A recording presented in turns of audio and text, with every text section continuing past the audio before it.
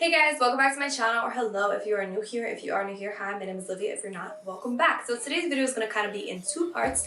I'm going to show you guys and take you through a workout that I did for my hamstrings and my glutes that I found really effective, and I've been really enjoying some of my favorite movements as of late. But then before that, I'm going to kind of talk to you guys about how I structure my workouts and exercise order and what I do, because almost every single one of my workouts kind of follows the same game plan. It's just, of course, interchanged with different exercises. So I figured I'd just share you guys kind of like the formula that I use. But before we jump right into the rest of the video, please don't forget to give it a big thumbs up as well as a comment down below. It just helps with my channel and the algorithm, and I would greatly appreciate it. And then, of course, if you're new here, also don't forget to hit that subscribe button. It'll also be down below along with the post notification bell. That way you don't miss out on any future uploads. But yeah, without further ado, let's get into the rest of the video. So like I said in the intro, pretty much all of my workouts, whether it's upper body, lower body, full body, whatever it is, pretty much follows the same game plan. It's just, like I said, switched out with different exercises depending on my goal and what I'm doing for the day. So to start out, I always do some sort of a warm-up before my warm-up, if that makes sense. So that could be my walk to the gym, because I do walk to the gym, 2 to 3 minutes on the treadmill. I like the Stairmaster a lot. I do that for like 2.5 minutes, just to get some blood flow there. That way when I'm going into my dynamic warm-ups, I'm not completely cold and I don't have to spend a lot of time warming up my muscles and my body. So like I said, then I move into dynamic warm-up. So that could be like cat-cow, bird dog, mobility work, just like I said, to get my range of motion all ready, get the blood flow there, get the muscles nice and warm and ready to be worked, because I never want to go into a workout cold, but I also don't want to pre-exhaust the muscle. So I don't do too much. I don't spend more than 5 to 10 minutes on my whole warm-up. Sometimes I'll foam roll, it really depends. And then I do activation if I feel it's necessary. So for my upper body, I'll do some light resistance band works. For my lower body, it's pretty much always the same. It's always like glute bridges, never fail, and then some donkey kicks to warm up my glutes, or then some Cossack squats, which I showed in a previous video that I like to do sometimes when I'm warming up for squats. Now this is where we get into the key. So all of my workouts pretty much always start with 1 to 2 compound movements. The reason you always want to start with compound movements is because those are your max effort movements. Those are the ones that are going to take basically your entire body, which is why they're called compound movements. They involve many different muscle groups. So I always do that first. Like you're gonna see in the video, I did some heavy hip thrusts followed by some moderate to heavy RDLs. If I'm doing bench that day, that'll be like my first lift, followed by some, overhead press, strict press, whatever it is. Those are my compound movements, and I always do those first. Then I'll follow with some lighter movements, some lighter accessories, like leg press, maybe some Bulgarian split squats. And then as I get deeper into my workout, I might go to a machine and do some leg extension for higher reps, some abduction for higher reps, step ups, walking lunges, weighted glute bridges, some very light glute hip thrusts, single leg, stuff like that. So basically the way that it goes is I want to do my max effort lifts. Those are my compound movements first.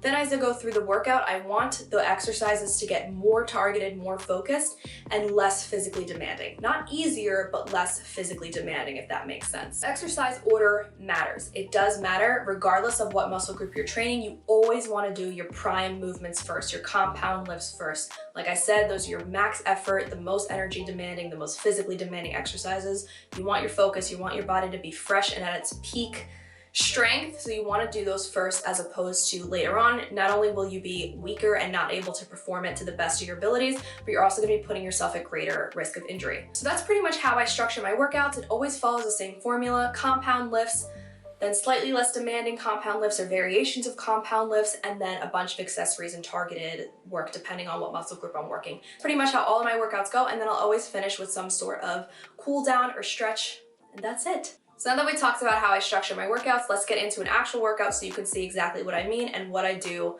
on a regular kind of leg and glute day.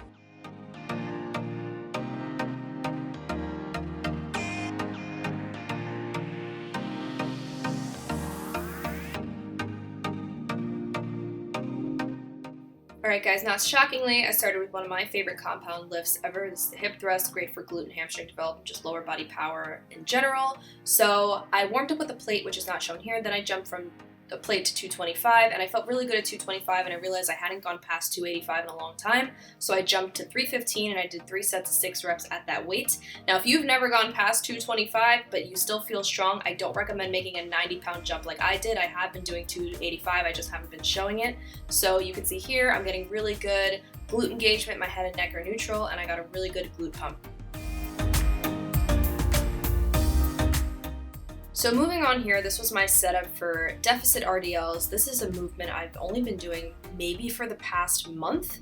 I find them really great for targeting the hamstrings and that kind of glute hamstring tie-in. So I just have maybe like a 1/2 inch to 1 inch platform, and I'm just really taking my time. I did 10 reps, 3 sets of 10 reps, nice, slow, and controlled, and I didn't change weight. I stayed at 135 for all of the reps. And I'm really making sure that when I get down to the bottom there, I'm checking in with my back, I'm checking in with my feet, making sure that I'm pushing through the floor. That way I'm using my glutes and my hamstrings and not my lower back.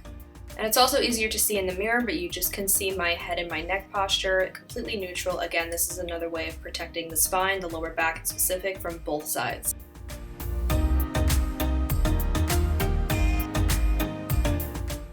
So if you follow me on Instagram and TikTok, you'll know that I recently got into sumo deadlifting. I'm normally a conventional deadlift kind of gal, but I got into sumos. But today I wanted to do them with some lighter weight kettlebells. So I did 3 sets of 10 reps of kettlebell sumo deadlifts at 90 pounds, just really focusing on driving from the hips and making sure that my head and my neck, everything is neutral, my low back is protected, and you'll see a little bit better right now from the front that every time that I go down and right before I come up, I'm making sure that my knees are driving out. It's really gonna help me sit my hips back and squeeze my glutes at the top there.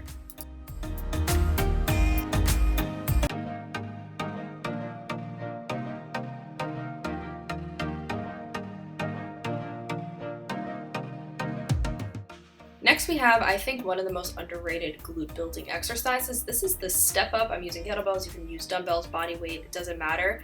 These actually elicit some of the most glute activity out of any exercise. Here I just did 4 sets of 12 reps at 50 pounds, so each of those kettlebells is 25 pounds. And let me tell you something, by like the 10th rep, my glute felt like it was gonna fall off. So these are truly one of my favorite exercises. This is also a really great accessory exercise to help with those compound lifts, especially squats.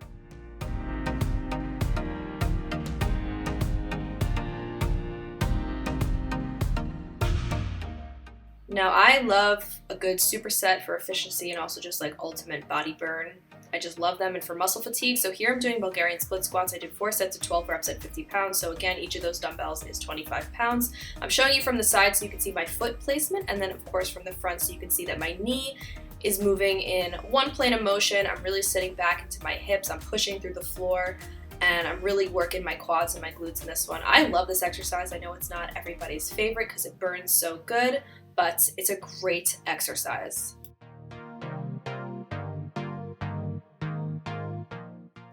And then for the second exercise in the superset, I decided to do just some body weight single leg hip thrusts for 4 sets, again, of just 10 reps per side. This absolutely kills. This is a great exercise if you have muscle imbalance. For instance, my right side, my right glute in general, is a lot smaller than my left, so I tend to do an extra set of almost every exercise on that leg just to help even it out, and it's been working.